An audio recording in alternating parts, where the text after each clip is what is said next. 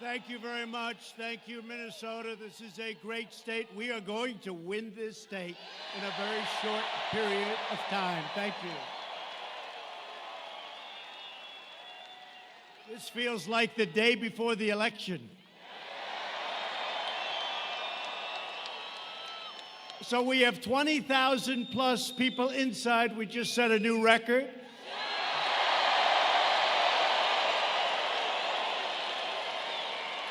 And we have 25,000 people that we still love outside.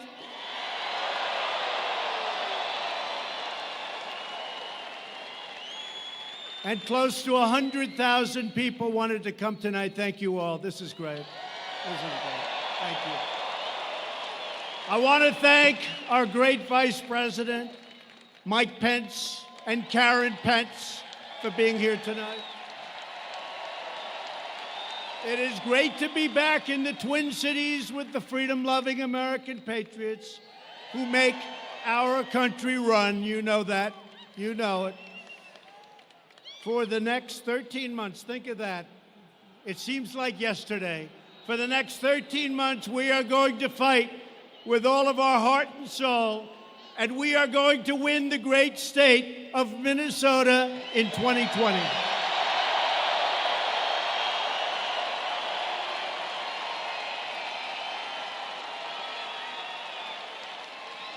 America now has the #1 economy anywhere in the world, and it's not even close. You know, I'm dealing with China right now. They're in Washington. We're going to see if we make a deal. But they want to make it. We're going to determine whether or not we want to make it. But they've been very nice. And today I got a call from one of the top representatives. He said, "Congratulations, Mr. President, on having a truly great, great economy." That's pretty nice.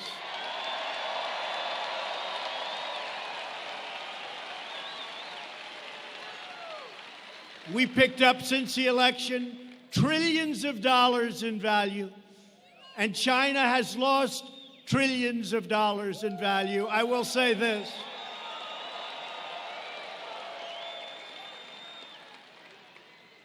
If our opponent had won that election, you know what would have happened? Right now, China would become the #1 economy anywhere in the world, and right now I can tell you they're not even close.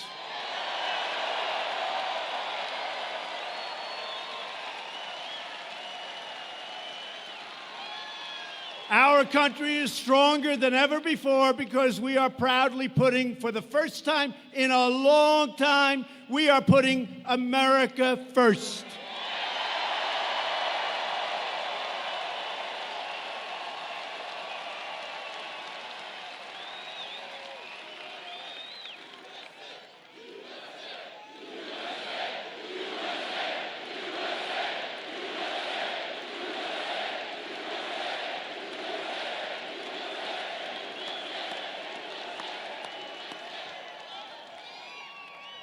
And I have to say, there are a lot of very beautiful red T-shirts in the audience.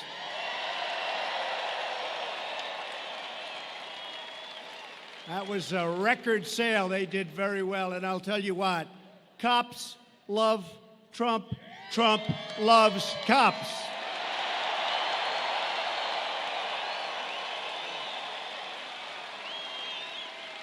Our bold pursuit of this pro-American agenda has enraged, and you know what's happened?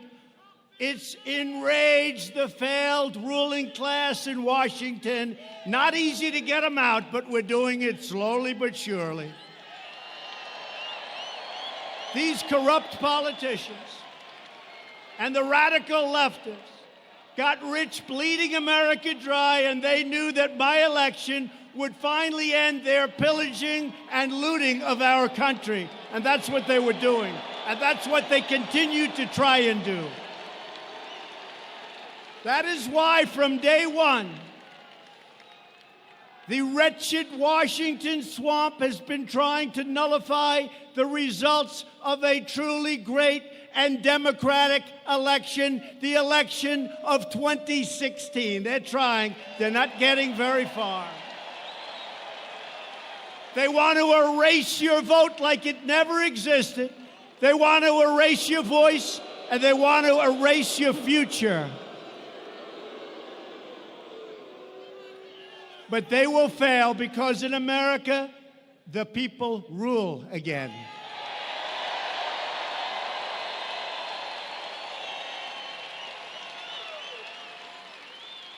Do you remember that just 19 minutes after I raised my hand and took the oath of office, the Washington Post, a terrible newspaper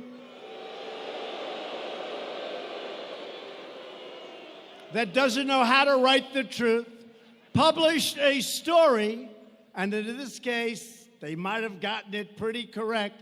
They said, the campaign to impeach President Trump has begun. That was the headline. Little did we know they weren't playing games. Think of that. That was 19 minutes after the oath of office. Months earlier, Peter Strzok.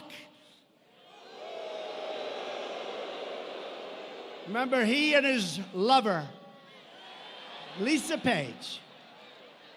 What a group. She's going to win. 10 million to 1. She's going to win. I'm telling you, Peter. I'm telling you, Peter, she's going to win. Peter, oh, I love you so much.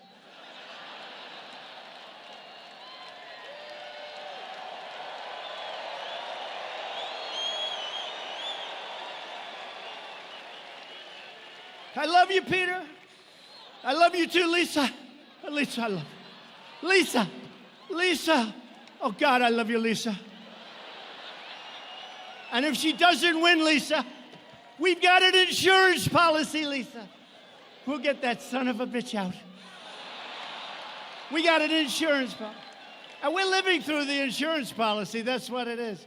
The phony Russia hoax.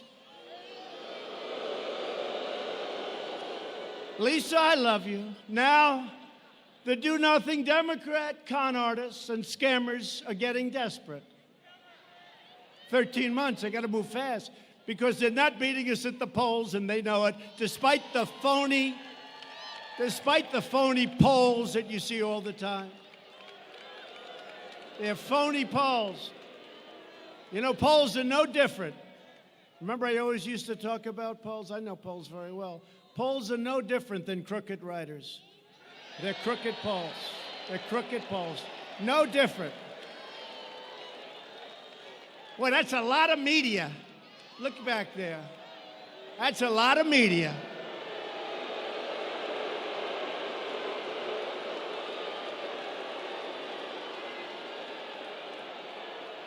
They are so dishonest, and frankly, they are so bad for our country.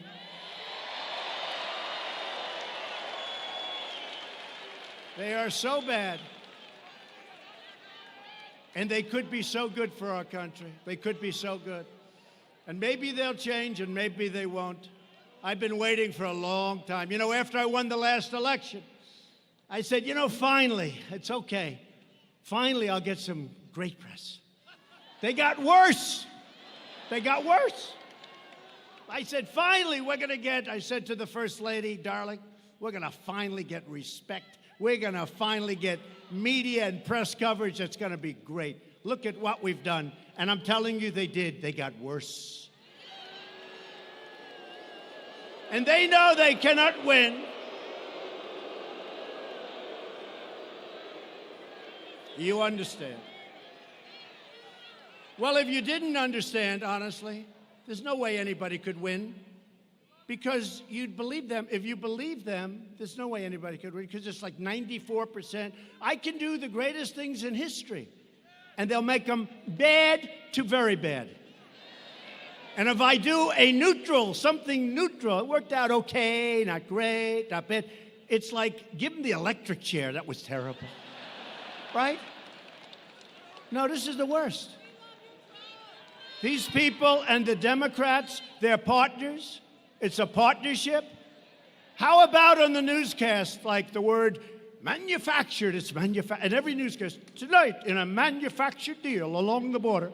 The word's never been used before. All of a sudden, every newscast is using it. It's a talking point given to these fakers by the Democrats.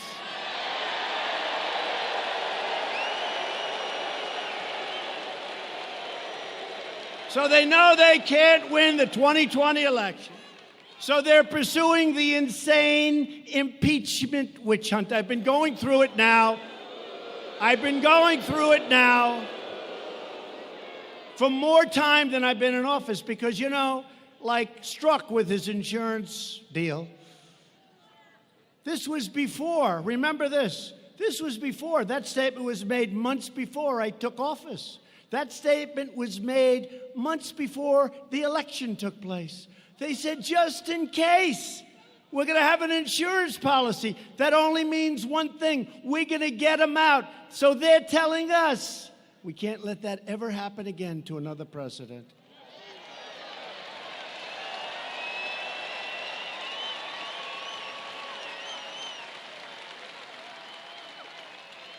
And Rush Limbaugh, Sean Hannity, a lot of people.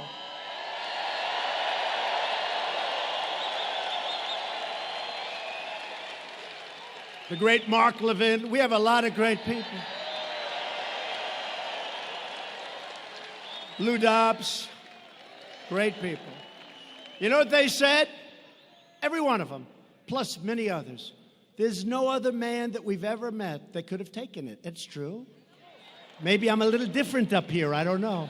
But I enjoy it. To me, I'm energized because we're draining the swamp.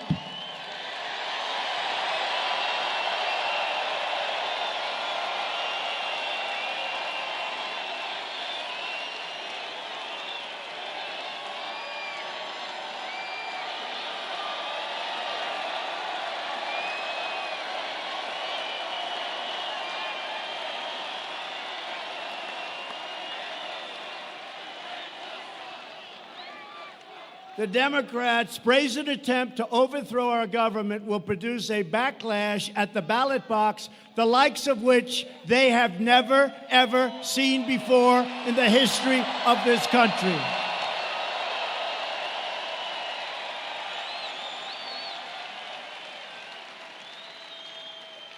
These are bad people. My phone call, as an example, with the president of Ukraine was perfect.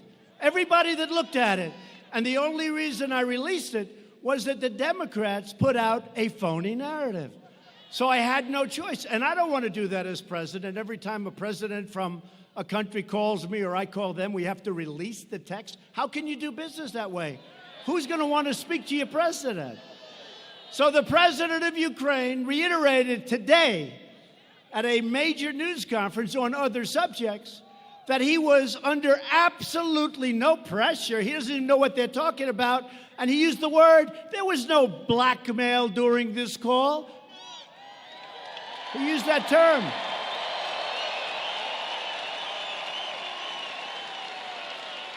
So in theory, that should be the end of it. Think of it. A president of the United States who's made our economy with a lot of help from all of you, frankly, but from Mike and from some of our great senators and some of our great people that we have with us. We made this the strongest economy in our history. We've rebuilt our military. We're taking care of health care like nobody's been able to do. What we've done is incredible. And by the way, we're protecting your Second Amendment. If you don't have me, your Second Amendment is gone.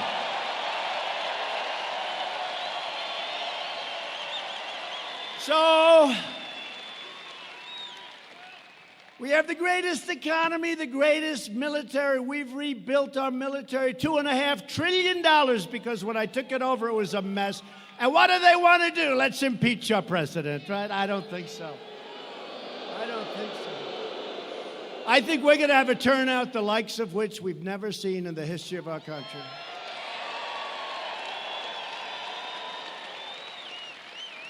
So we were really forced just to put it away. We were forced. I said, just do it. Got the approval from Ukraine. I have to ask. I said, hey, do you guys mind They said, that's a strange request. They said, don't worry about it. Do you mind? And they said, please, go ahead. Nothing was said wrong on that call. So we released the transcript of the call, which was so good that that crooked Adam Schiff, this guy is crooked.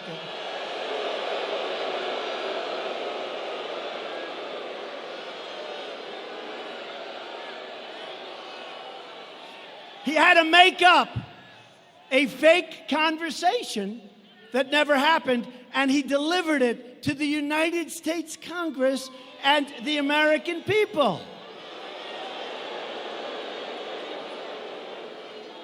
It was a total fraud. And then Nancy Pelosi said, oh, I think the president said that.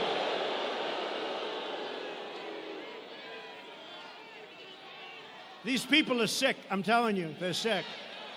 And you know what? Had they waited one day longer, they would have had the transcript of the actual call, word for word. It would have been perfect. Instead, they released it. They went early. They said all these horrible things. You know why? Because they never thought in a million years that I was going to release a transcript of the call.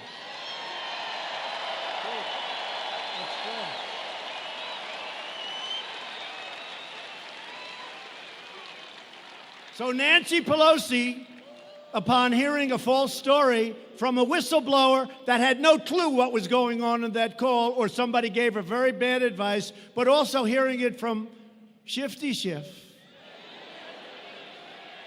Nancy Pelosi said a day before seeing the transcript of the call with the Ukrainian president, we've got to impeach him. We've got to impeach him. Right? And then she saw the call and she said to her people, what the hell? Nobody ever told me this was the call. But she keeps going anyway because the press is fake and they play right into their hands.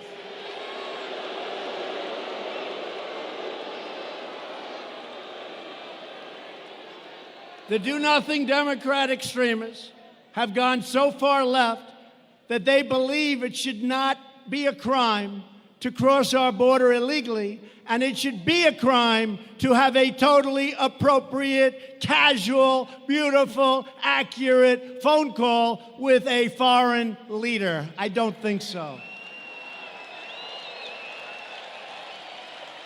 As our brilliant White House counsel wrote to the Democrats yesterday, he said their highly partisan and unconstitutional effort threatens grave and lasting damage to our democratic institutions, to our system of free elections, and to the American people. That's what it is, to the American people. It's so terrible. Democrats are on a crusade to destroy our democracy. That's what's happening. We will never let it happen. We will defeat them.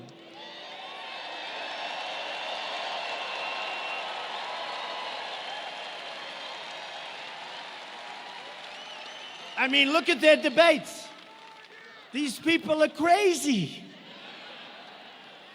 They want to spend $99 trillion to redo buildings all over the United States.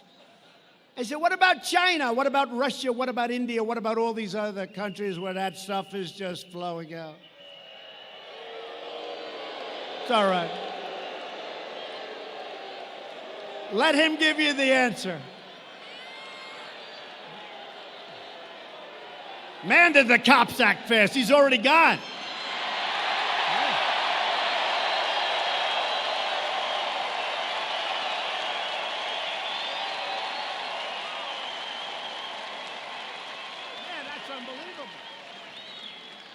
That's the fastest. You know, I love law enforcement. I love the cops. I love the police. I love it. Minneapolis. You got a rotten mayor. You got to change your mayor. You got a bad mayor. Got a bad mayor. But you know what? The police, I've done this a lot, and every once in a while who have very little disturbance. It's really, actually, is there any place where we can have more fun than at a Trump rally?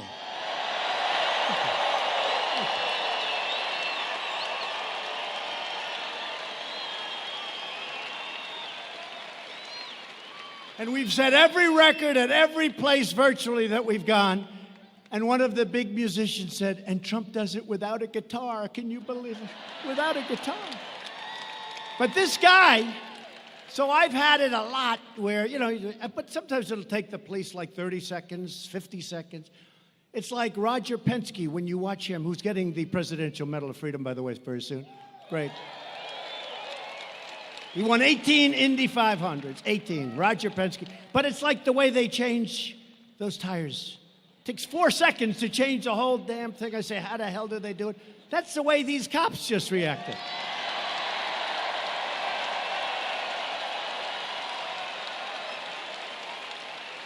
That was a record. I think it was a record. I've had good service, but I've never had anything like that. I look up, the guy is already gone. We love you with the red shirts. So now the Democrats are making a pathetic bid to save Sleepy Joe Biden. And you know what? I'd love to run against him, to be honest. Anybody like that, if you can't beat him in a debate, you got a big problem, folks. Big. You can't beat him in a debate, you can't be president. Because what are you going to do against President Xi and Kim Jong-un? You can't beat Sleepy Joe. And now we're going to meet with Kim Jong-un. I don't think so. But he's totally owned and totally controlled by the Washington swamp for many years. 2 months after President Obama put Joe in charge of Ukraine policy, they put Joe Biden in charge of Ukraine policy. Listen to this. And the press will not write it. They say, in totally unsubstantiated charges, every time they talk about him, President Trump has said that his son walked away with a fortune. Now, you know that's a totally unsubstantiated charge. Really? It's not unsubstantiated, it's fact. Joe's son, Hunter, got thrown out of the Navy, and then he became a genius on Wall Street in about 2 days. By the way, whatever happened to Hunter? Where the hell is he?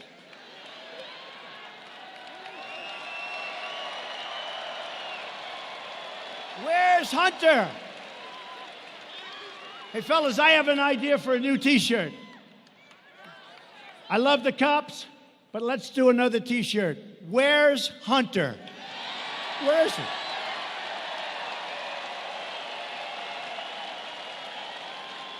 Here's Hunter being examined by Sleepy Eyes Chuck Todd or some of these people. Hunter, it's so great that you're here, sir. Hunter, I know they're giving you approximately $168,000 a month.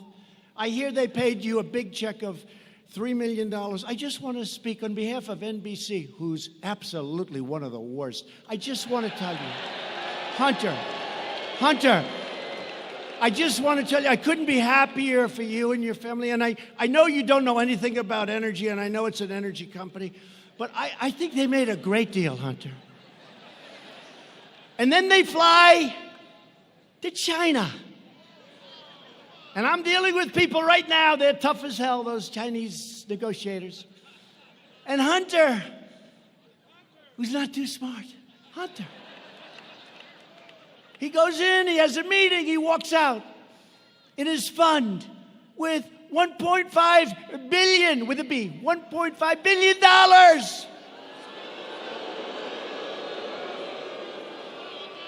These aren't the same Chinese negotiators that I'm dealing with, I can tell you.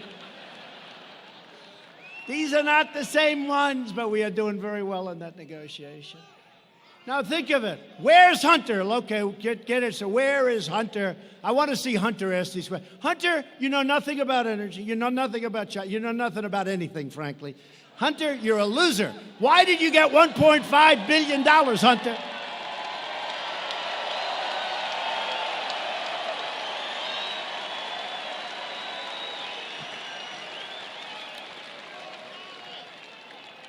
And your father was never considered smart.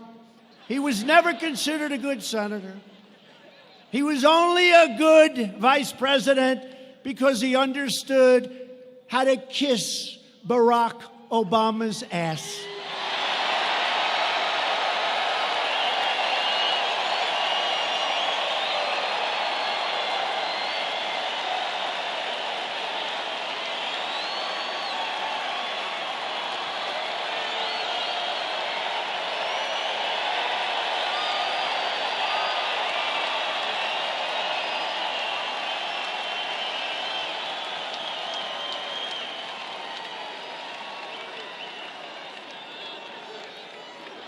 True.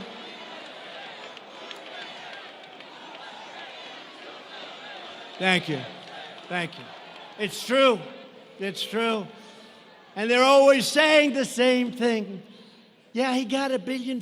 We admit it. They admit it. There's nothing. But always that same thing. President Trump made a totally unsubstantiated claim about Hunter Biden and his father. It's not unsubstantiated, you crooked son of a guns. It's 100% true.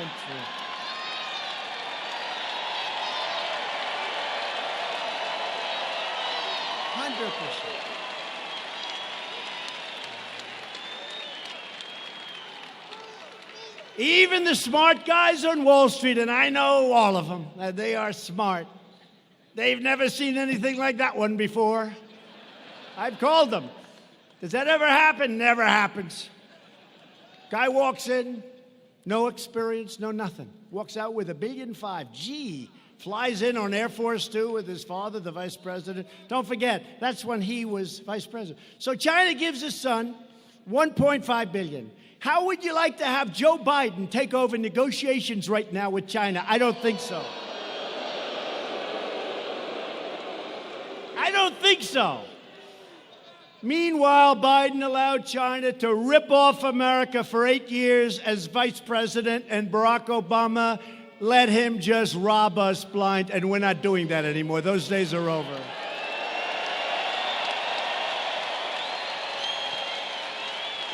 The Bidens got rich, and that is substantiated, while America got robbed. That's what happened. Sleepy Joe and his friends sold out America. They didn't have tough negotiations. I look at these trade deals, and I say, who the hell could have done this? If you had no business instinct, no business ability, if you had nothing, if you're dumb as hell, you wouldn't make these deals. They're so bad. I say, who made these deals? Who made these deals? But we're ripping them all up and redoing them, and they're going to be very good. Wait till you see what happens.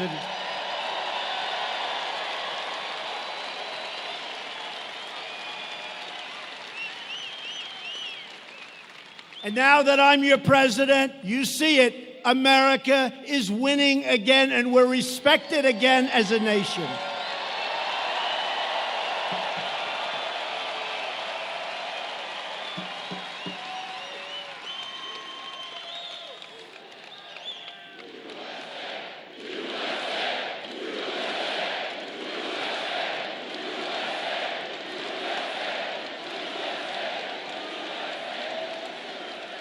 And in a brand new report, just came out as I'm walking on the stage.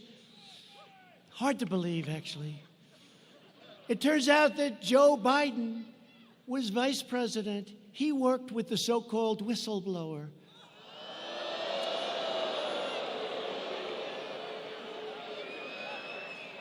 This is nothing but a partisan witch hunt, sabotage, and I'm sure they're going to say it's totally unsubstantiated. But one of them wrote the story. Congratulations, by the way. That's very nice. That's really good. That's the way you should do it. Good, good, good. In the twisted worldview of Democrats and the media, it's okay for politicians to ship our jobs to foreign countries, flood our communities with drugs and crime, and enrich themselves at America's expense. Their treachery is allowed because they go along with the rigged Washington game, and it is far more rigged. When I ran, I thought it was rigged, but this is crazy what's happening. But if you refuse to bow or bend to the Washington swamp, which I could do very easily, I'd be much more popular. Folks, it would be so much easier. You know, very smart, I got to tell you, isn't it much better when I go off script? Isn't that better?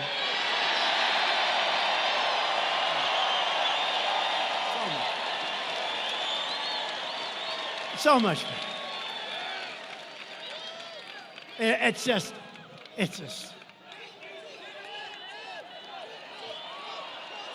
Hey, folks, the greatest buyer of advertisements in the history of the world Mike Lindell, My Pillow.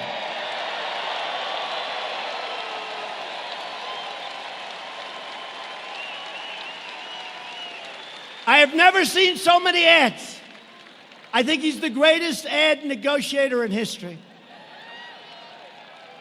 And I told him, I said, would you do me a favor? All the money we spend in these political campaigns, if I gave some of that money to Mike, I think it would have ads every single minute of every single show. I never saw so many ads. Anyway, but the lawless political establishment will try to frame you. They'll persecute you. They'll swear and just swear up and down that they're telling the truth. When Nancy Pelosi was on television the other day, I have to say, I was very proud of George Stephanopoulos. I was very proud. It's not often. She said, no, Shifty Schiff told the truth when he said that. Stephanopoulos said, no, wait a minute. No, it wasn't the truth. It was a false step. No, it was the truth. He said no, and then she really believes it. So she's either got one of two problems. She's either really stupid, okay, or she's really lost it, or maybe there's a certain dishonesty in there someplace. But they smear you. They spy on you. And they target your friends, your family, your staff, for harassment, for abuse, for destruction. I came down to Washington with incredible people. We won a great political campaign. They were bright-eyed and bushy-tailed. We know that's a nice phrase. They came down. They were happy.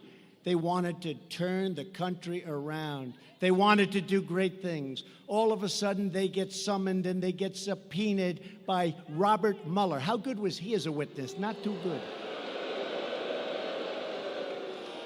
And by people that were, I call them the 13 angry Democrats that turned into 18 angry Democrats.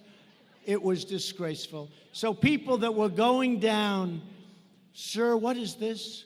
I look, oh, wow, that's a subpoena. What the hell is this?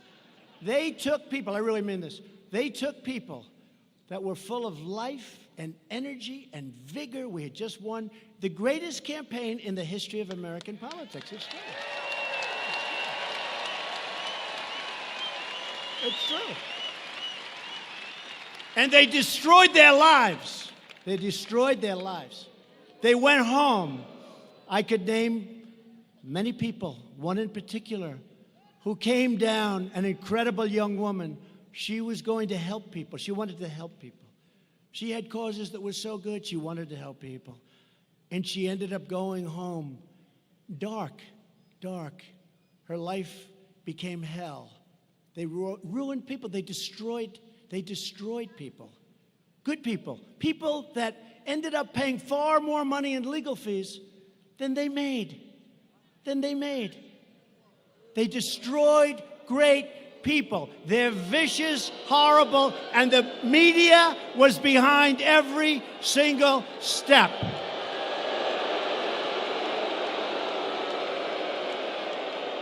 They destroyed so many lives. And they're continuing to do it, and it's a disgrace. When all of their ludicrous hoaxes have been exposed as frauds, these sinister fakers then try to impeach you for daring to call out their own corruption. There's nothing like the dirty political establishment.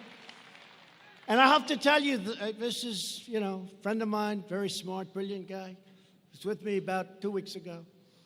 We just got rid of the Russia hoax, and then a week later, the Ukraine hoax starts. I had a week of I can think about everything perfect, it's so beautiful. And he said, President, I said, call me Donald. You've called me Donald for 35 years. I will. Thank you, Donald. I've lost all my friends because they're all scared to talk, honestly, I'm the president. They can't talk to me anymore. It's like they're afraid. They respect the office. It's true. They say, President, I say, do me a favor, Richard. You've called me Donald for 35 years. Call me Donald, please. I want somebody to call me Donald.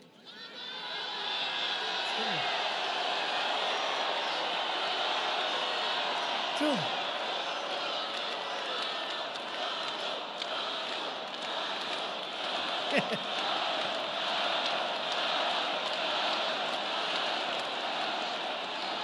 He said to me, I just told him, call me. He said, President, I can't do it, he said. So I says, President, you've been here now for, think of it, almost 3 years. Can you believe we're here 3 years? It's we.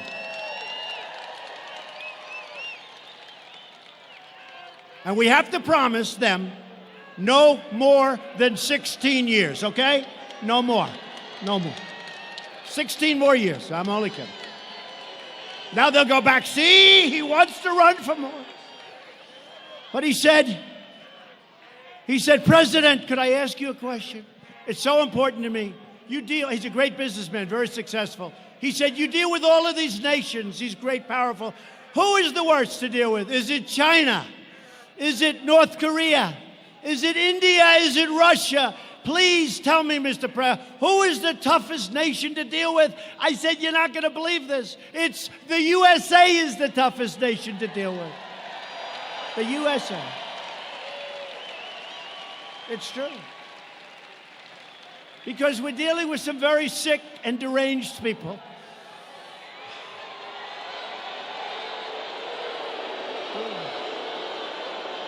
There's nothing that the dirty political establishment hates more than a president that they cannot intimidate, own, and control.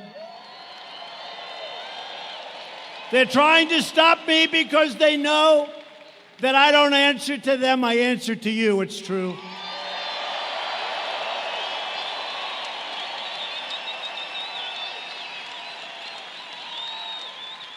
You know, I never say this. I don't think I've ever said it in a speech, but maybe they'll find out if I did.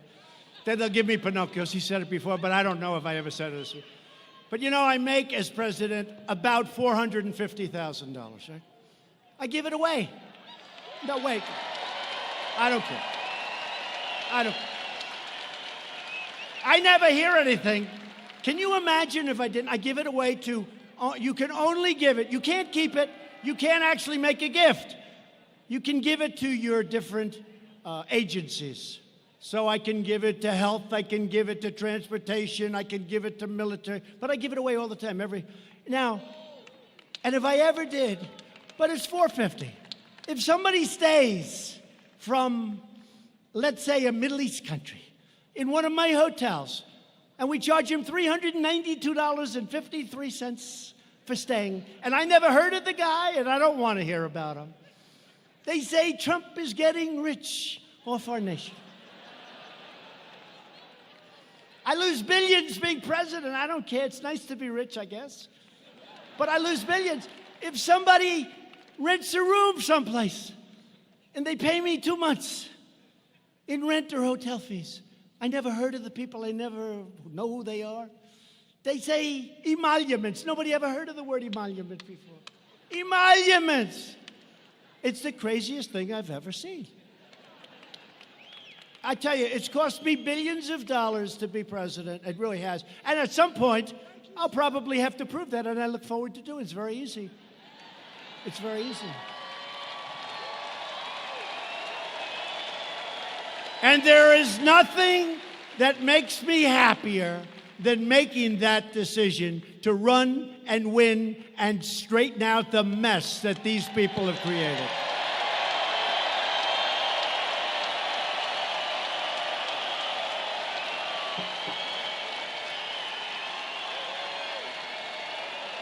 So in a desperate attempt to attack our movement, Nancy and Chuck, two beauties, have given control of the Democrat Party entirely over to the radical left, including Minnesota's own Representative Ilhan Omar.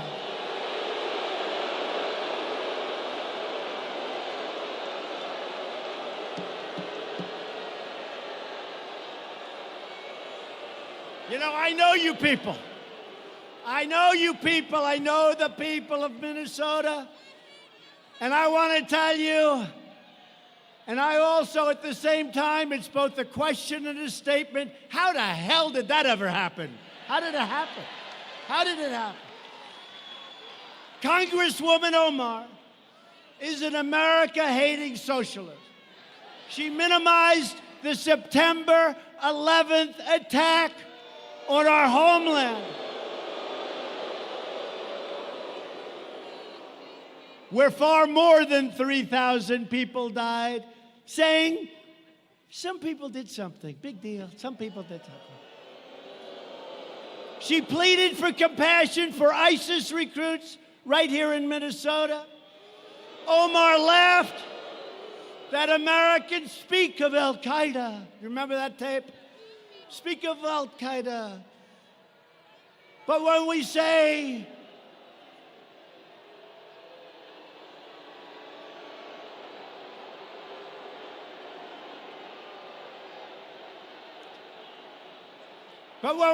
something about the United States, you just don't say America with any intensity. Remember that? Representative Omar has a history of launching virulent anti-Semitic screeds, whether you like it or not. She said the U.S. support for Israel is all about the Benjamins. She said that pro-Israel lawmakers have an allegiance to a foreign country. Omar wrote that Israel has hypnotized the world. May Allah awaken the people and help them to see the evil doings of Israel and the United States. How do you have such a person representing you in Minnesota? I'm very angry at you people right now.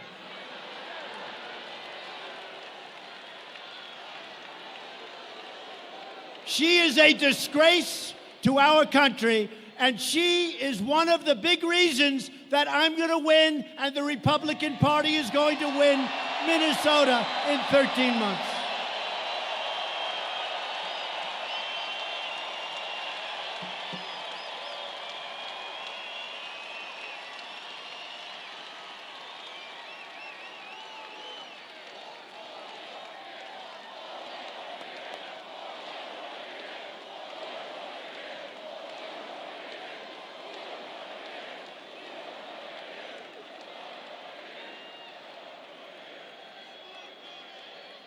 Thank you very much.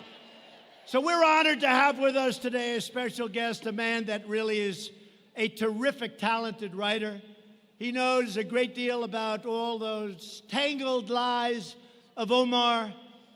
Mr. Scott Johnson of Powerline. He wrote some stuff, I can't believe it. Where's Scott? Where's Scott? Thank you, Scott. Thank you, Scott. What a job. Man, do you have her figured out. The only problem is, Scott, it's incredible talent, much more talented than most of these people that you heard about. The problem is they never pick it up. They don't want to pick it up. But we pick it up, Scott, and the people get it, and we thank you for your great reporting. Thank you. Thank you very much. As Scott reported, everything about Omar is a fraud, including her name. Scott reports his sources told him that, quote, Omar's legal husband was Omar's brother and that she had married him for fraudulent purposes. You mean like coming into the United States, maybe? And as Scott says, we have seen a plethora of congressional scandals in our history, yet we have never seen scandals like Omar's in Congress, and nothing gets done about it. I hope that some of you people are looking, because what AOC has gotten away with campaign financing and what I call it AOC plus 3, that's what it is, and Omar is one of the 3. What AOC has gotten away with all of that money that she used for her personal self with campaign finance is worse, and nothing happens to them, but it happens to you, and it's not fair. The fact is, we're in a struggle for the survival of democracy in America. The only message these radical socialists and extremists will understand is a crushing defeat on November 3rd, 2020.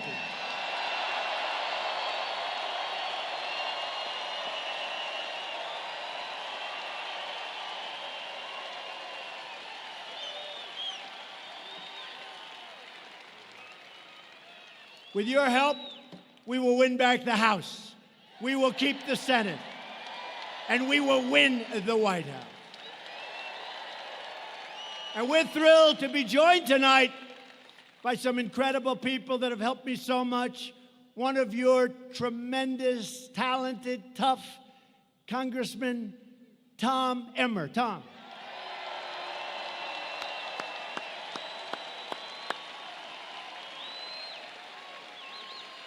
Also a man you don't want to fight him and you don't want to play him in hockey because he was tough.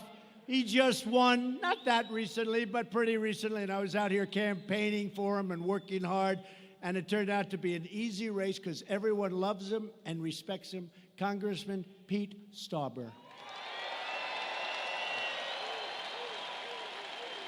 And a man who gets in the trenches, and he just doesn't care. He wants to win for the people. He loves you. He loves this state. He loves this country. Jim Hagedorn.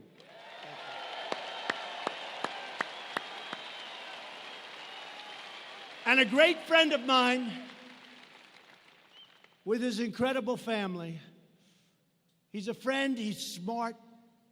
I guess you'd say he's brilliant. His education is incredible. His military career has been incredible. Then he ran for office, and now he's a United States Senator from the great state of Arkansas, Senator Tom Cotton.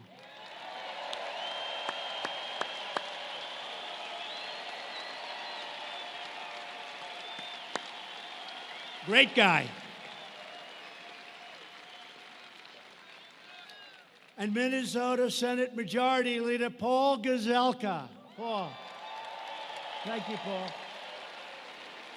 Minnesota GOP Chairwoman Jennifer Carnahan. She's been incredible.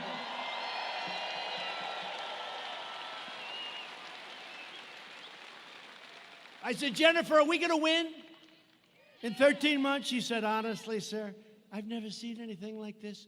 It's going to be easy. Don't ever say. Just assume we're like 2 points behind, okay? 2 points behind.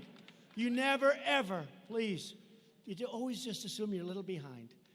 But we're going to win this state by so much that people are going to be shocked. And plenty of other states, too. You know, we had a rally 3 weeks ago in New Mexico. And New Mexico is a hard state for Republicans, hasn't been one in a long time, also. And we had receptivity that was unbelievable. The audience was 40% Hispanic, where we're doing great.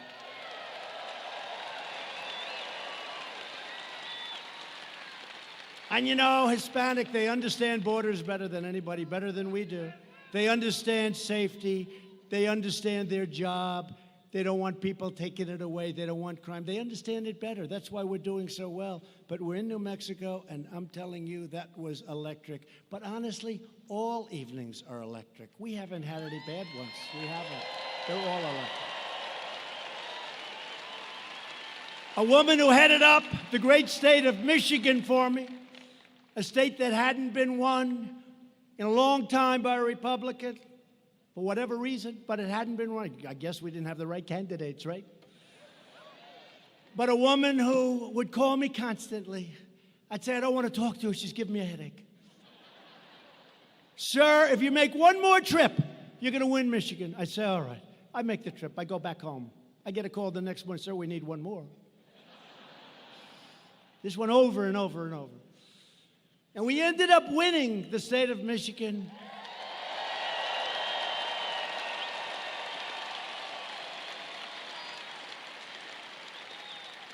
And I said, who the hell was that woman that kept bugging me to go back to Michigan and speak just one more time every week? One more time, sir. And her name is Ronna McDaniel. She's fantastic, and she's the head of the RNC.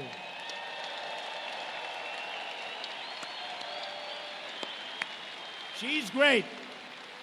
And our campaign manager, a man who's really been, you know, they used to say that Crooked Hillary had a very, very sophisticated campaign. After she lost, they said, I guess it wasn't sophisticated. We had a sophisticated campaign. Nobody knows the world of computers better than this guy, Brad Parscale. Remember when they used to say it? You know, I never got credit. My father used to teach me, if you can do it for less and win, that's good. He wasn't talking politics. The last thing, he's looking down. He's definitely looking down, not looking up. He was great. He was tough, but he was great. But my father would say, if you can do it for less and win, that's a good thing, not a bad thing. If you can build a building for less money than the guy across the street, and if it's a nicer building, and you can rent for less, that's like a good thing. So in the campaign, we spent much less money than crooked Hillary Clinton, much. And we won. And we won. We won 306 to 223. That's a pretty big, remember? Remember they said Electoral College. And by the way, when you run, if you're running, the Electoral College is like the 100-yard dash. And the total vote, you don't go certain places. You focus. Electoral College, we have to explain to them, it's different. So we won 306. And you remember they used to say, one's the 100-yard dash, you practice. One's the mile, you practice. It's a different race. Winning the total vote is much easier, in my opinion. The Electoral College, I had to go to 22 different states. For the total vote, I'd go to like 4 states maximum, right? Much easier. It's much easier. I'm all for it. But the Electoral College is better for our country because it forces you to go places that you wouldn't go. I love Maine. I went to Maine 4 or 5 times. I needed 1 point. Maine gave me 1 point. And what happened?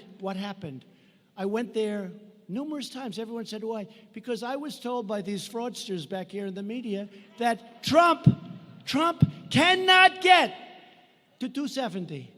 He cannot get. They had me maximum, if everything worked, right, at 269. So I kept going to Maine. And you know what? We won that 1 point in Maine. But I kept going. They say, why? I said, well, first of all, it is really a beautiful place. But we won the point. But they said he cannot get to 270. I heard this for months and months. I had such a headache. Almost as bad as listening to Mike's damn commercials about those pillows. Maybe I need one of those pillows to cure my headache. Does it cure headaches? I think so. But here's the thing. So they said he cannot get to 270. In other words, you can't win. You don't get to 270. It's up. You can't win, right? He cannot do it. There's no way of doing it. And they were right. I got to 306.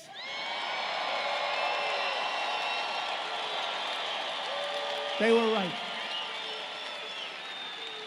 But I didn't get to 306. You got to 306. We won incredible states.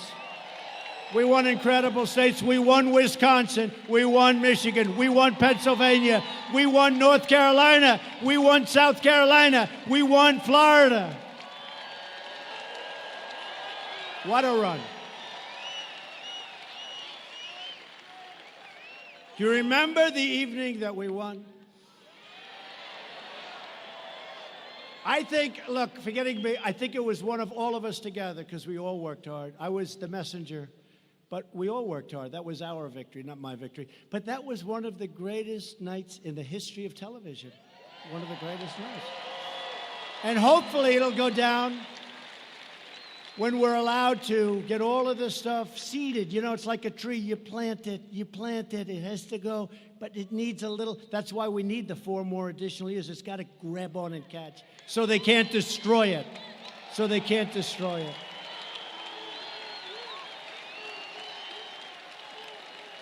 But I think it'll go down, and I hope it's going to go down as one of the greatest evenings in the history of this country, because it's never happened anything like that before. And these guys don't even question it. They just sit back and say, I guess he's right about that. I'll never forget the night before. I was at a tremendous arena. The place was going crazy. It was like this, going crazy. And two reporters that hate my guts, they looked at themselves. They looked at each other. Famous shot. They're looking like this, and they're saying, what the hell is going on? They knew. They knew. And I didn't need Beyonce and Jay-Z.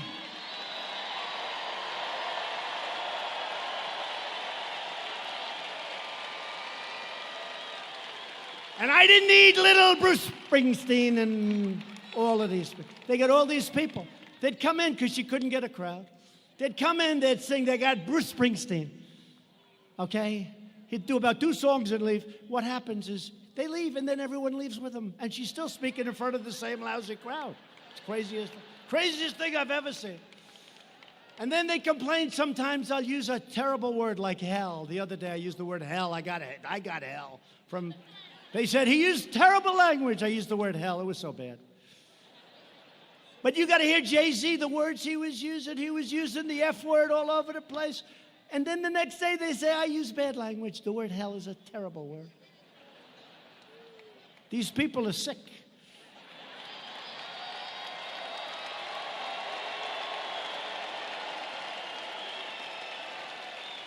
But that was an amazing evening. I'll never forget that evening. It's, look, outside of your family and your children and things. I love you too, darling.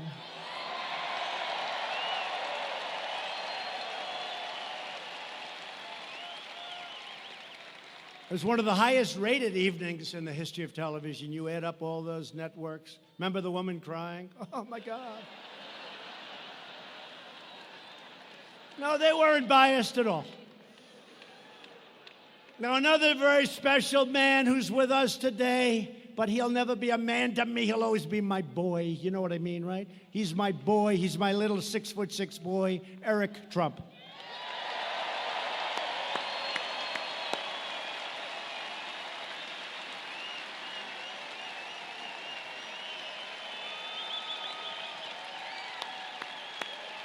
And the parents understand that, right?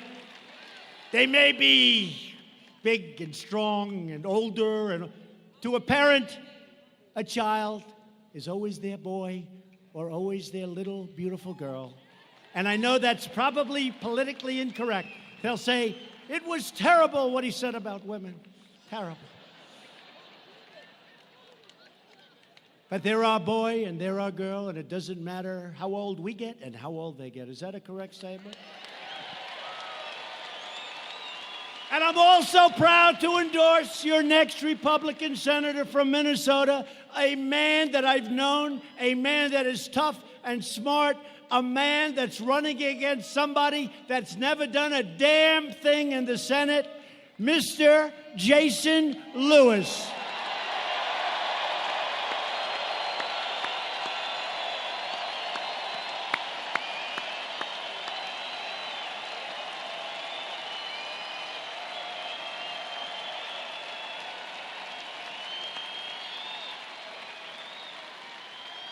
And Jason did a great job in Congress. Congressman Lewis, thank you very much. And thank you for putting up with all of this stuff, because I'll tell you, it's going to be nasty. It's going to be nasty. They're going to make up stories about you. They're going to say things that's going to want to make your wife say, why did I marry this guy? Just say, don't worry about it. It's just another phony story. Thank you very much, Mr. and Mrs. Lewis. Jason, thank you.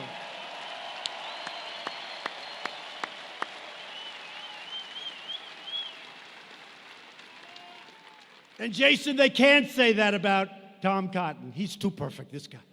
He can't say it. They can't say it about you, Tom. Anyway, good luck, Jason. Do well. And I don't know why, but with all of the great people I just introduced, for tonight, maybe this is the most important person. Because I turned on a very good show in the morning, Fox and Friends. They treat us great. I just want fairness. What a great group.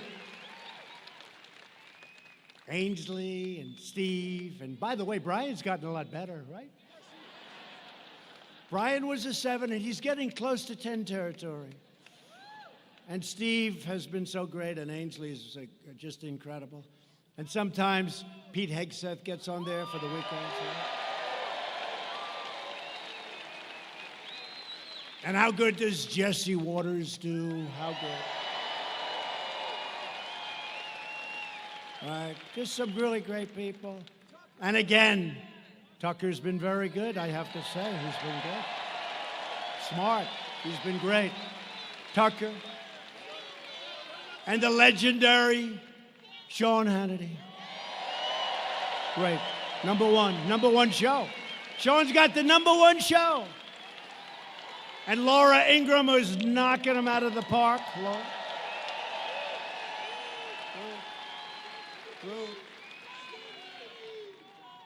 And you go over Maria Bartiromo. And the great Lou Dobbs. How good are they? Lou Dobbs. And many more. And many more. How about Greg? Greg used to hate me. Now he's good. Oh, we can't forget Judge Jeanine.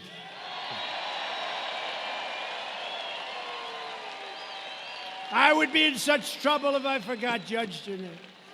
No, these are great. And there are many more. I just, look, I'm just rattling some names off, but they're just terrific people. They're terrific people.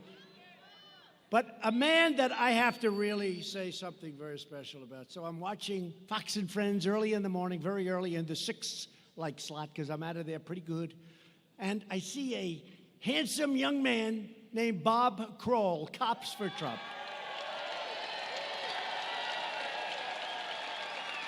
And he's talking about this lousy mayor they've got. Now, he didn't quite say that, but I say it.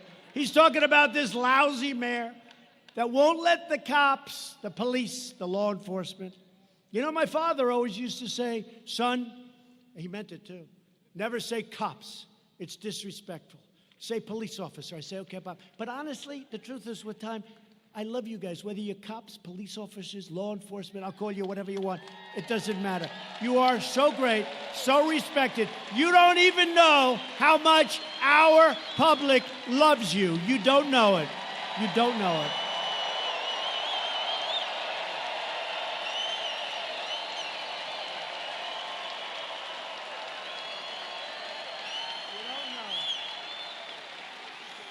But I see this guy, and I don't know if he's done a lot of television before, but he was very effective and very good.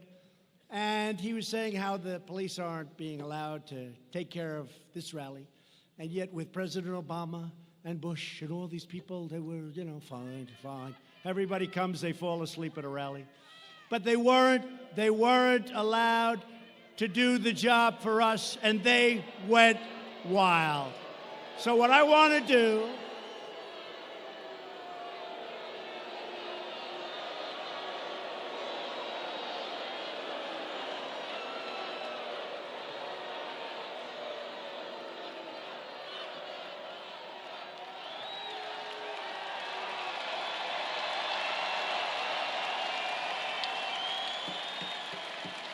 go home to Mommy. Mommy says, I saw you on television tonight. I love Trump. Don't you ever do that again. Yes, Mom. Yes, Mom.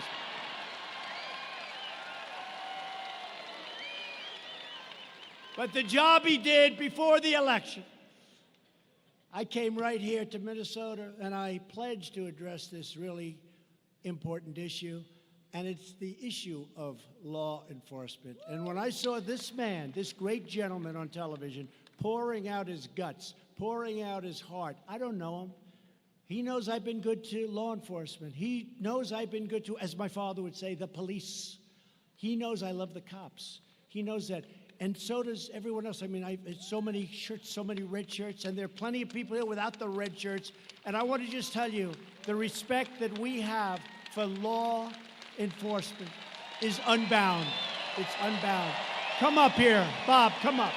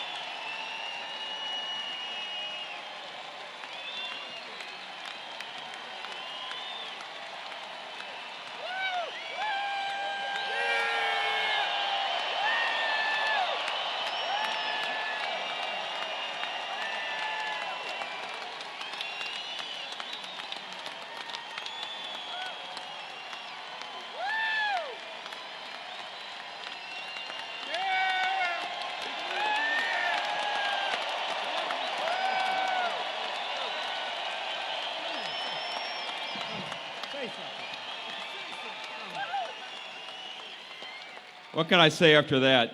Tune in, Fox, 10:15 tonight. Shannon Bream, they asked us on. How can you thank this guy for everything he's done for law enforcement? Wonderful president. Thank you, fellas. Thank you very much. Thank you. Great people. Thank you.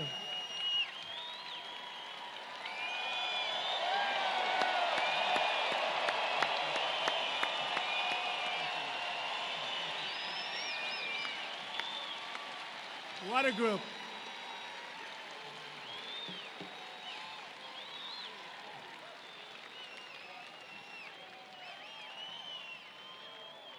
I think your very weak mayor made a mistake when he took them on. As you know, for many years, leaders in Washington brought large numbers of refugees to your state from Somalia, without considering the impact on schools and communities and taxpayers. I promise you that as president, I would give local communities a greater say in refugee policy and put in place enhanced vetting and responsible immigration controls. And I've done that. Since coming into office, I have reduced refugee resettlement by 85%. And as you know, maybe especially in Minnesota, I kept another promise. I issued an executive action making clear that no refugees will be resettled in any city or any state without the express written consent of that city or that state. So speak to your mayor.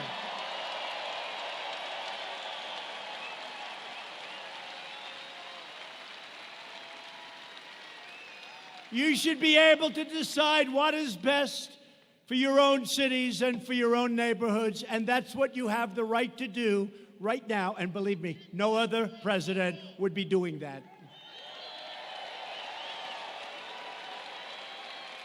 If Democrats were ever to seize power, they would open the floodgates to unvetted, uncontrolled migration at levels you have never seen before. You think you have it bad now? You would never have seen anything like what they want to do.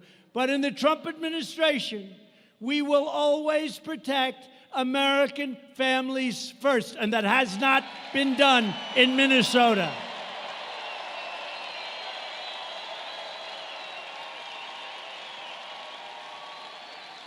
We've also implemented the strongest screening and vetting mechanisms ever put into place. We are keeping terrorists, criminals, and extremists the hell out of our country.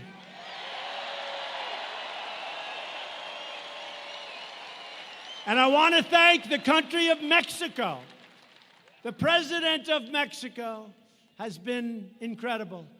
We have now 27,000 Mexican soldiers. They're great and they're tough, and they are now protecting our border, and those numbers have gone down like that.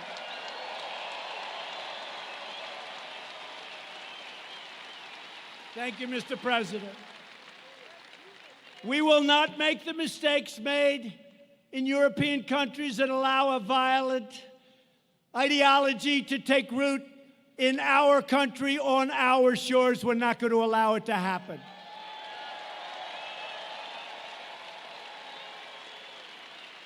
And as you all know, to protect our citizens from those who would do harm to us, I instituted a very controversial, very hard to get travel ban on some of the world's most dangerous countries.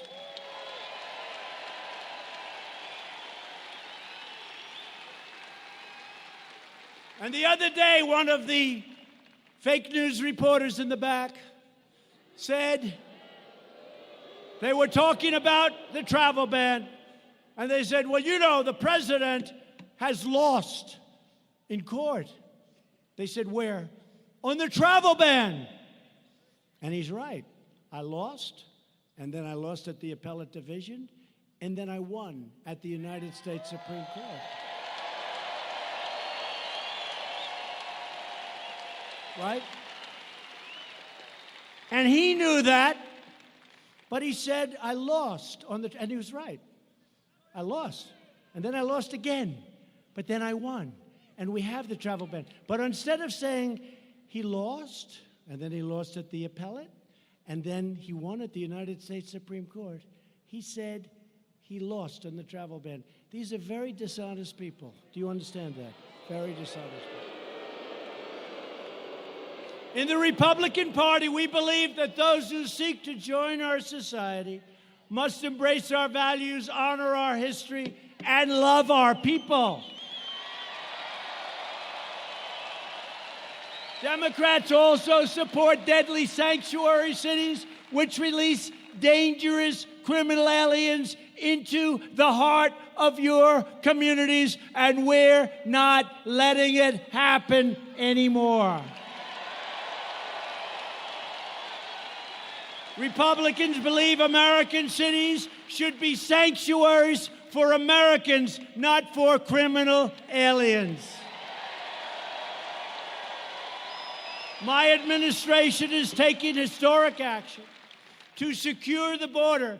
We have reduced illegal border crossings by over 60% since May, and we are building the wall faster than anyone ever anticipated it could be built.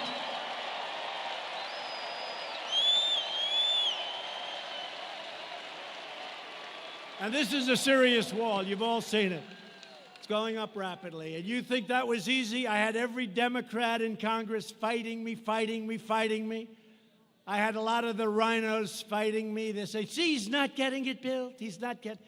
Let me tell you, you have every Democrat fighting you. We took it from here, and we took it from there, and we took it from all over the place, and we got that thing. That's the biggest patchwork of financing you've ever seen, and that sucker is going up, and it is the finest. It is the strongest. It's largely 30 feet tall, which is the maximum height that they wanted.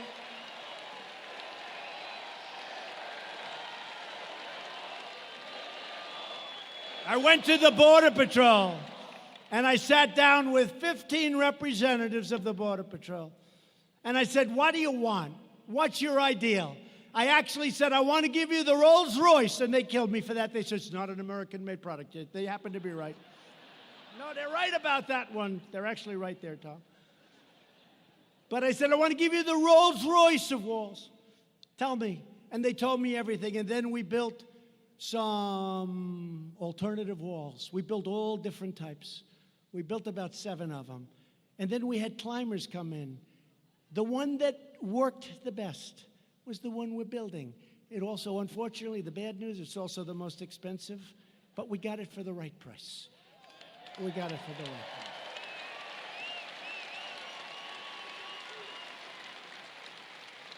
It's steel. It's hardened concrete. It's deep. It's high. It's a thing of beauty. And it's going to keep bad people out of our country. That's what it's going to do. And the Democrats knew this.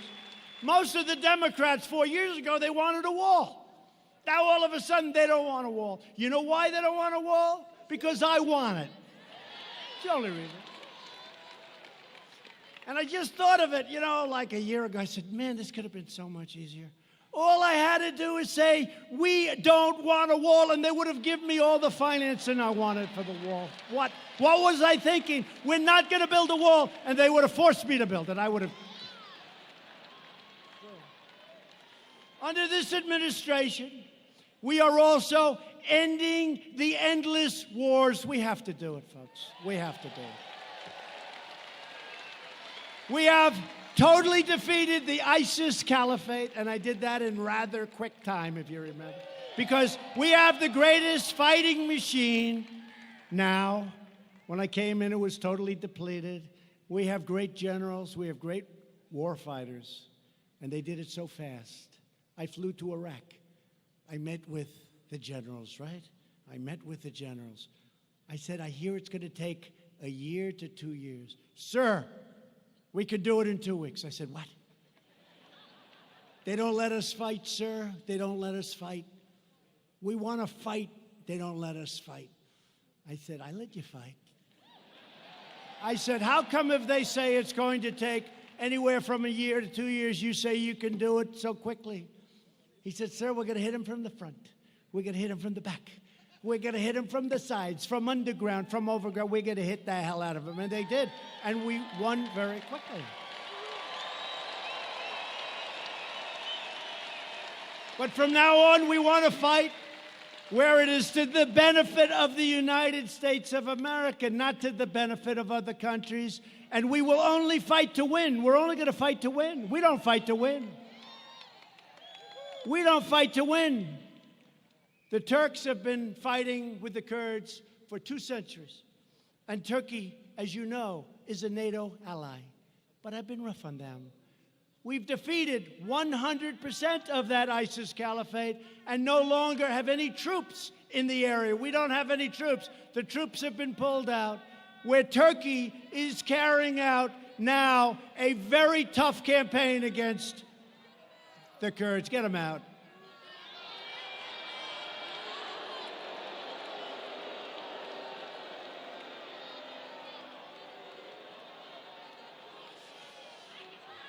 So Turkey is right now waging a very tough campaign against the Kurds. We got along with the Kurds, and we help the Kurds. And don't forget, they're also fighting for their land. You know that. But they're fighting. So we have 3 choices. You ready? Here are the 3 choices. We don't have any soldiers there because we've left. We won. We left. Take a victory, United States. We left. Take a victory. Take a victory. Bring our troops back home. I told the story yesterday. I have to sign letters. It's the hardest thing I have to do. I sign letters. Dear Mr. and Mrs. Smith from Arkansas. Dear Mr. and Mrs. Jones from Alabama. Dear Mr. and Mrs. somebody from some great state. I'm sorry to inform you, your son has been killed in combat. I'm so sorry. And every letter is individually done because sometimes the parents, they're grieving and they get together with other parents and I don't want to see that it's like the same letter. So we do different letters. It's the hardest thing I have to do. Hardest thing.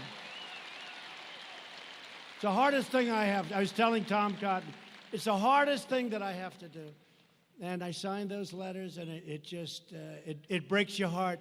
And by the way, there's a time to fight. Nobody fights harder than I do, but there's a time and there's not necessarily a time.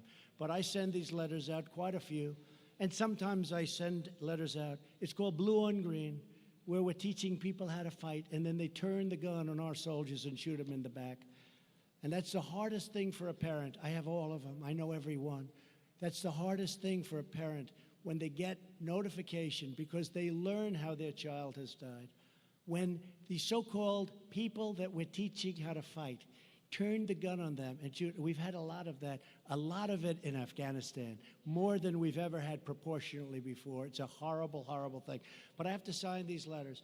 And sometimes I go out to a place, Dover Air Force Base. It's a very tough experience. Mike Pence goes. I go. Other people go. Tom Cotton goes. We go out there, and we meet the parents and the families, the wives, the children, the sisters, the brothers. We meet them, and we talk to them.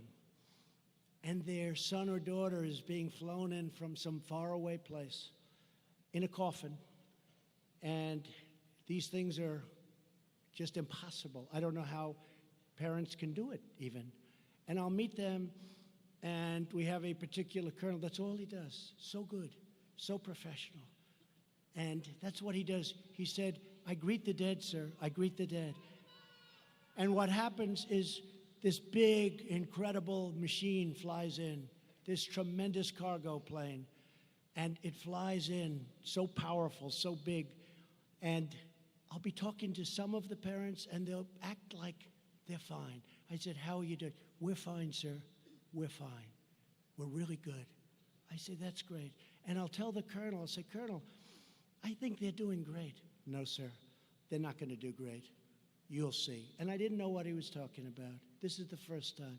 And then we went outside to the runway, and this incredible machine is flying in, and it lands, and it comes over, and it pulls up, and we have military guards. We have incredible, talented musicians that do this. That's what they do. And what happens is that door opens up, and the colonel told me, he said, sir, when that door opens up, those same people that you think are okay do things that you'll never see. You will hear sounds like you've never heard. That's what he does. And I saw that door open up with a coffin, with a flag over it. The door is open, and these beautiful soldiers, 5 or 6 on each side, lifting the coffin and walking down the runway, the plank they call it, off this cargo plane. And I see parents make sounds that were just 20 minutes ago absolutely fine, make sounds, scream and cry like you've never seen before. The colonel was telling me that, sir, you'll see things that you've never seen before. A mother who was fine 20 minutes ago, you think, breaking the military line and jumping off, and then jumping onto a coffin of her son or her daughter. Jumping on top of the flowers, on top of the American flag. I've seen this. And then I have all these people that want to stay. They want to stay. And I don't want to stay. We were supposed to be in Syria for 30 days. We've now been there for 10 years. We were supposed to be in Afghanistan for a short period of time. We're now going to be there for close to 19 years. It's time to bring them home. It's time to bring them home.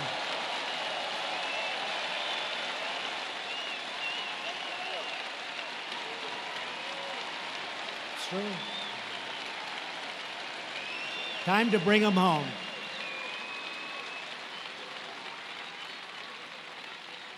We've done our job.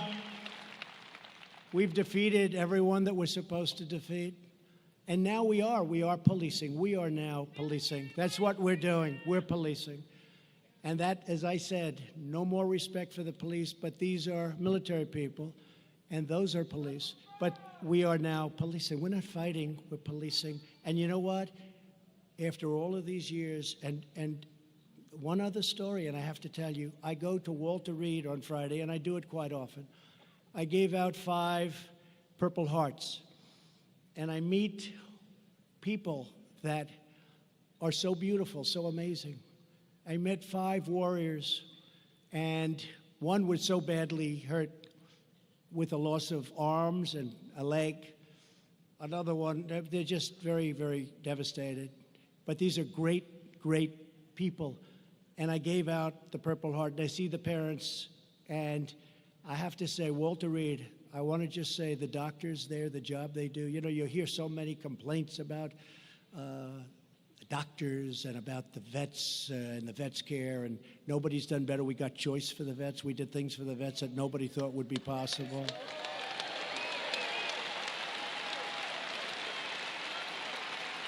But I saw these young men, and I gave them their Purple Hearts, and their parents were there crying. And one of them was so amazing. I said, what's your problem? Sir, my face was blown apart. My nose was absolutely just blown apart. He said, sir, it's incredible. And I looked at him and said, that's the most beautiful nose I've ever seen. What do you mean? He said, a doctor worked on my face for 10 hours in the field. He said there were 1,000 fragments. Now, I don't know if that's right, but, well, a lot. He meant a lot. He said there were 1,000 fragments. He rebuilt my nose with glue. He glued the bones together. He rebuilt my nose. I say, you have the most beautiful nose I've ever seen, and it's true. And his father came over to me. He said, sir, father was crying. He said, sir, honestly, my son looks better now. He said, my son did not have a good-looking nose. Now look at it. It's beautiful. It's beautiful. But these doctors at Walter Reed and these Army and Marine and the medical doctors, they are unbelievably great people. And they see sights that you and I hopefully will never see. They see things that nobody will ever see. And there's nobody like them. And I have to give a shout out to those people. There's nobody like them.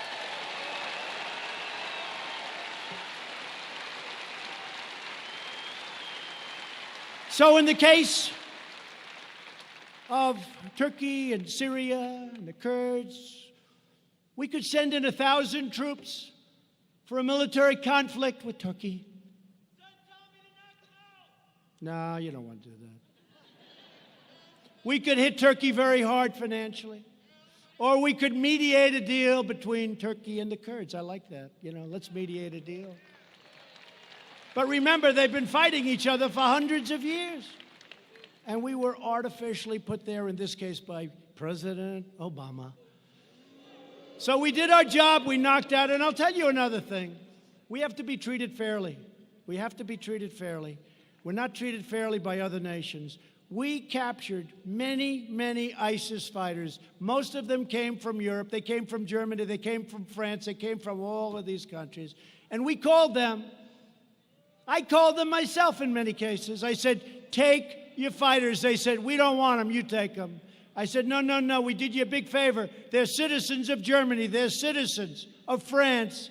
They're citizens of these various countries in Europe. Take your fighters. We don't want them, sir. We don't want them. And I said, how unfair are we treated?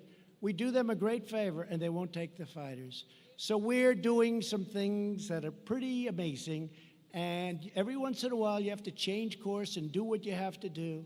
The United States has spent $8 trillion in the Middle East.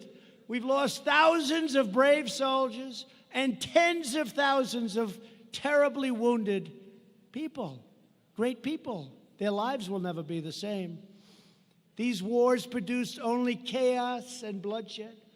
And all of the blood and treasure we sacrificed made the Middle East it's less safe, it's less stable, and it's less secure. And I say it all the time. The single greatest mistake our country made in its history was going into the quicksand of the Middle East. We spent $8 trillion and lost thousands of lives. And by the way, the other side, we can talk about that, lost millions of lives. What did we do? So we're going to pull them out, and we're pulling people out, and we're trying to make good deals, and we're going to bring our soldiers back home, and we may need them for something else, and they'll be ready. Previous administrations lust for regime change and also put historic Christian communities in vastly more danger than they were before we started. They are some of the biggest victims of these power vacuums and reckless foreign adventures. The Christians. And we work hard with the Christians. We have tremendous evangelical support. We work hard with the Christians. So we're slowly getting out of the Middle East. We're doing it carefully. And we're rebuilding our military like we have never rebuilt our military before. When I came into office, a very prominent general told me, because it looked like we could have a big conflict with someone, said, sir, we have no ammunition. We had old planes.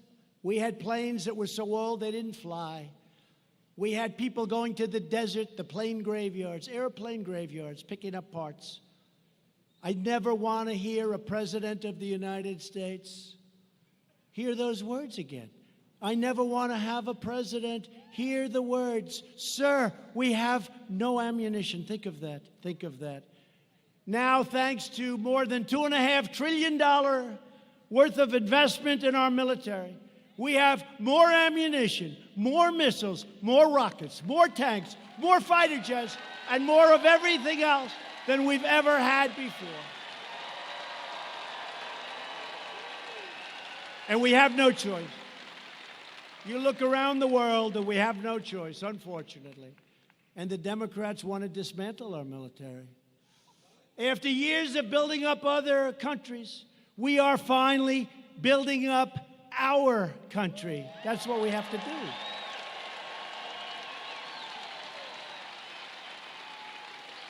We're replacing the disaster known as NAFTA with the brand new U.S.-Mexico-Canada agreement, USMCA, a giant victory for our farmers, ranchers, workers in Minnesota.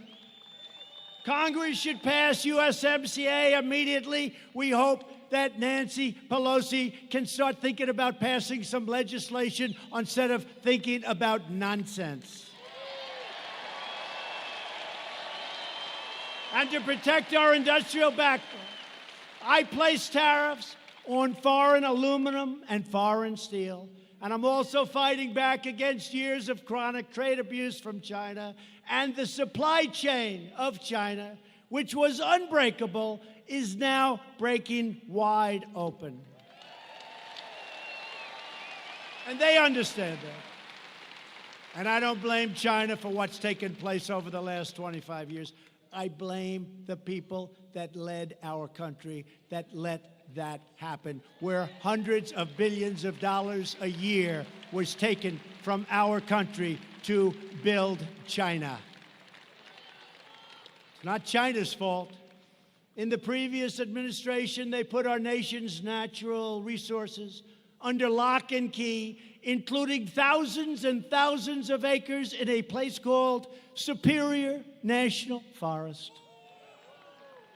Last year, I traveled to Duluth and announced that we would be ending this injustice, reopening Superior National Forest, and restoring mineral exploration for the iron ore mines of Minnesota. Tremendous job.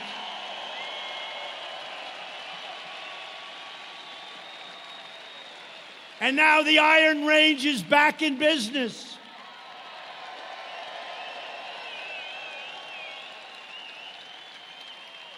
And the last time I was here, a man came up to me and said, "Sir, President Obama took our heart away, took our life away." I'll never forget it.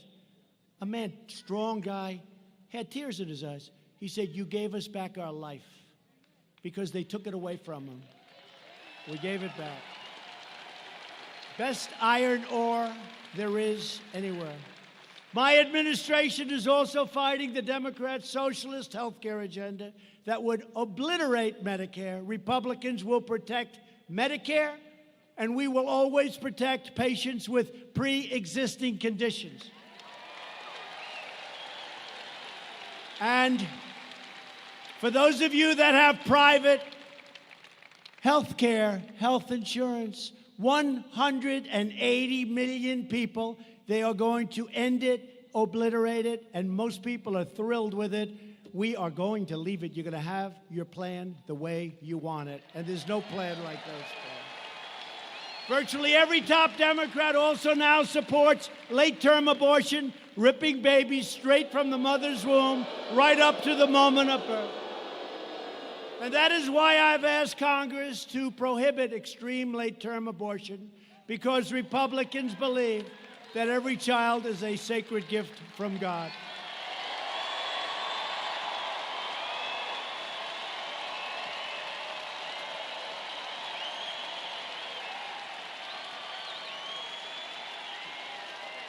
Democrats are now the party of high taxes, high crime, open borders, late-term abortion, socialism, and blatant Washington corruption. The Republican Party is the party of the American worker, the American family, and it's the party of the American dream.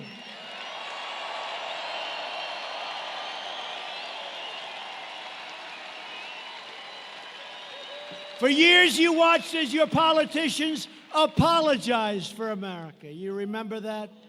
T, I'm sorry. I'm so sorry. Now you have a president who is standing up for America. We are standing up for Minneapolis, and we are standing up for the great state of Minnesota.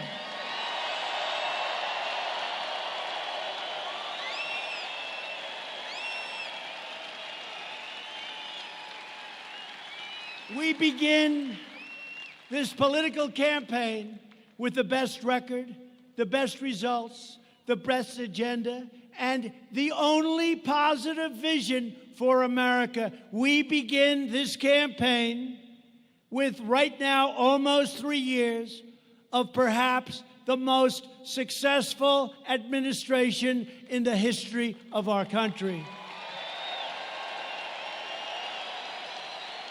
Together, we will help millions more citizens, from welfare to work, from dependence to independence, and from poverty to prosperity. With your help, we will re-elect and we will elect a Republican Congress to create a safe, modern, fair, and lawful system of immigration. We will enact trade deals that ensure more products are proudly stamped with that beautiful phrase, made in the USA. We will achieve new breakthroughs in science and medicine, finding new cures for childhood cancer, and ending the AIDS epidemic in America within 10 years. Nobody thought that could be done. Gonna be done. We will defend privacy, free speech, free assembly, religious liberty, and the right to keep and bear arms.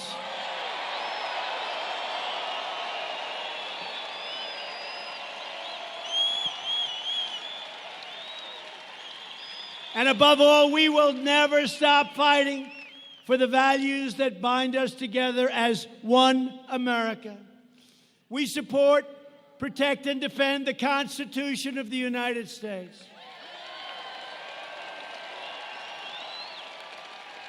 We stand with the incredible heroes of law enforcement. We believe in the dignity of work and the sanctity of life. We believe that children should be taught to love our country, honor our history, and always respect our great American flag.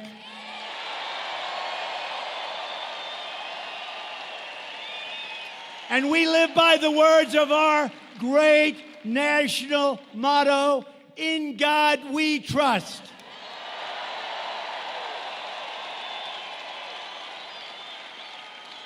We stand on the shoulders of American patriots who built this country into the greatest nation ever to exist in history. Our ancestors crossed the oceans, settled the continent, tamed the wilderness, revolutionized industry, pioneered science, won 2 world wars, defeated fascism and communism, and put a man on the face of the moon. Proud citizens like the people of Minnesota helped build this country, and together we are taking back our country. We are returning power to you, the American people. With your help, your devotion, your drive, we are going to keep on working, we are going to keep on fighting, and we are going to keep on winning, winning, winning, winning.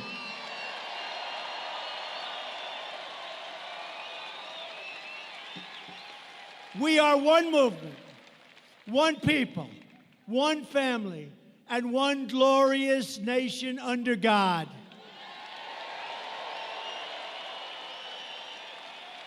America is thriving like never before. And ladies and gentlemen of Minnesota, I will tell you this with great certainty, the best is yet to come.